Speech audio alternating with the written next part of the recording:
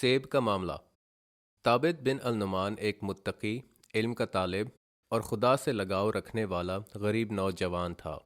ایک دن فاقے کی حالت میں وہ گھر سے کھانے کی تلاش میں نکلا، مگر اسے کچھ نہ ملا، حتیٰ کہ وہ سڑک کے آخر تک جا پہنچا۔ وہاں اسے سیبوں سے لدے ہوئے درختوں کا باغ دکھائی دیا۔ اس نے ہاتھ بڑھا کر ایک سیب توڑ کے کھایا اور باغ میں موجود پانی کے تالاب سے اپنی پیاس بجھائی۔ اچانک سے اسے اپنی غلطی کا احساس ہوا۔ اوہو، یہ میں کیا کر بیٹھا؟ بغیر اجازت کسی کے باغ سے پھل کھا لیا میں نے۔ اب مجھے جا کے اس باغ کے مالک کو ڈھونڈنا ہوگا اور اس سے معذرت کرنی چاہیے۔ اس سوچ کے ساتھ وہ تلاش میں نکلا اور ڈھونڈتے ڈھونڈتے صحیح مکان جا پہنچا۔ دروازہ کھٹکھٹانے پر ایک آدمی باہر آیا اور پوچھا، کیا بات ہے؟ ثابت نے بتایا، میں نے آپ کے باغ سے ایک سیب کھا لیا ہے، مجھ سے غلطی ہو گئی ہے، مجھے آپ سے معافی چاہیے۔ آدمی بولا، میں تمہیں ہرگز معاف نہیں کروں گا اور قیامت کے دن اس سیب کا بدلہ تم سے ضرور لوں گا۔ ثابت رونے لگا اور کہا، میں آپ کے لیے کسی بھی طرح کی مزدوری کرنے کو تیار ہوں، آپ بس مجھے معاف کر دیجئے۔ آدمی اپنی جگہ قائم رہا اور ثابت کو چھوڑ کر اپنے گھر واپس چلا گیا۔ کچھ دیر بعد جب وہ آدمی نماز پڑھنے کے لیے نکلا تو ثابت کو اپنے دروازے کے باہر بیٹھا پایا۔ اس کی داڑھی آنسوں سے بھیگ چکی تھی اور وہ بولا، میں آپ کے باغ میں مزدوری کرنے کے لیے تیار ہوں، آپ مجھے معاف کر دیں۔ باغ کا مالک بولا، میں تمہیں اپنی بیٹی سے شادی کرنے کے بدلے میں معاف کر سکتا ہوں۔ بات سن کے ثابت حیران تو ہوا مگر معافی کے لیے راضی بھی ہو گیا۔ آدمی بولا، میری بیٹی اندھی ہے، وہ دیکھ نہیں سکتی، گونگی ہے، بول نہیں سکتی، وہ بہری ہے، سن نہیں سکتی۔ بہت دیر سے مجھے ایسے شخص کی تلاش تھی جو اسے قبول کرے۔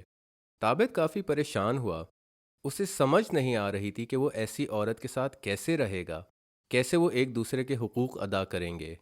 مگر دوزخ کی آگ اور اس شادی کے بیچ چناؤ کرنے میں اس نے رشتے کو قبول کر لیا۔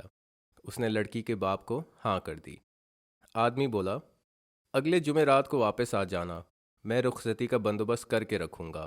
ایک ہفتے بعد وعدے کے مطابق ثابت آدمی کے گھر پہنچ گیا۔ وہ ابھی بھی پریشان تھا مگر اس نے اللہ کا سہارا لیتے ہوئے دروازہ کھٹکھٹایا۔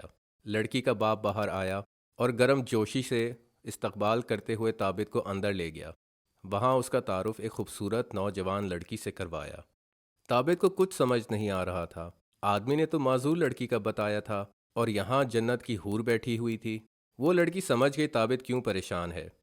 وہ اٹھ کے ثابت کے پاس آئی، اس کا ہاتھ چوما اور بولی، میرے والد نے آپ سے بالکل درست بات کی ہے۔ میں گونگی ہوں کیونکہ میں نے کبھی کوئی غلط بیانی نہیں کی۔ میں بہری ہوں کیونکہ میں کبھی غیبت کی محفل میں نہیں بیٹھی۔ میں اندھی ہوں کیونکہ کبھی کسی نامحرم پہ نظر نہیں ڈالی۔ میں اپنے والد کی اکلوتی اولاد ہوں اور وہ ہمیشہ سے میرے لیے متقی شوہر چاہتے تھے۔ انہیں سمجھ آ گئی کہ جو شخص ایک سیب کی وجہ سے اتنا پریشان ہے وہ یقیناً ان کی بیٹی سے حسن ظن رکھے گا۔ انہیں بہت خوشی ہے کہ آپ ہمارے خاندان کا حصہ بن رہے ہیں۔ 1 سال بعد ثابت کے گھر بیٹا پیدا ہوا جسے اسلامی تاریخ میں سب امام ابو حنیفہ کے نام سے جانتے ہیں۔ وَمَن يَتَّقِ اللَّهَ يَجْعَل لَّهُ مَخْرَجًا وَيَرْزُقْهُ مِنْ حَيْثُ لَا يَحْتَسِبُ وَمَن يَتَوَكَّلْ عَلَى اللَّهِ فَهُوَ حَسْبُهُ إِنَّ اللَّهَ بَالِغُ أَمْرِهِ قد جعل الله لكل شيء قدرا۔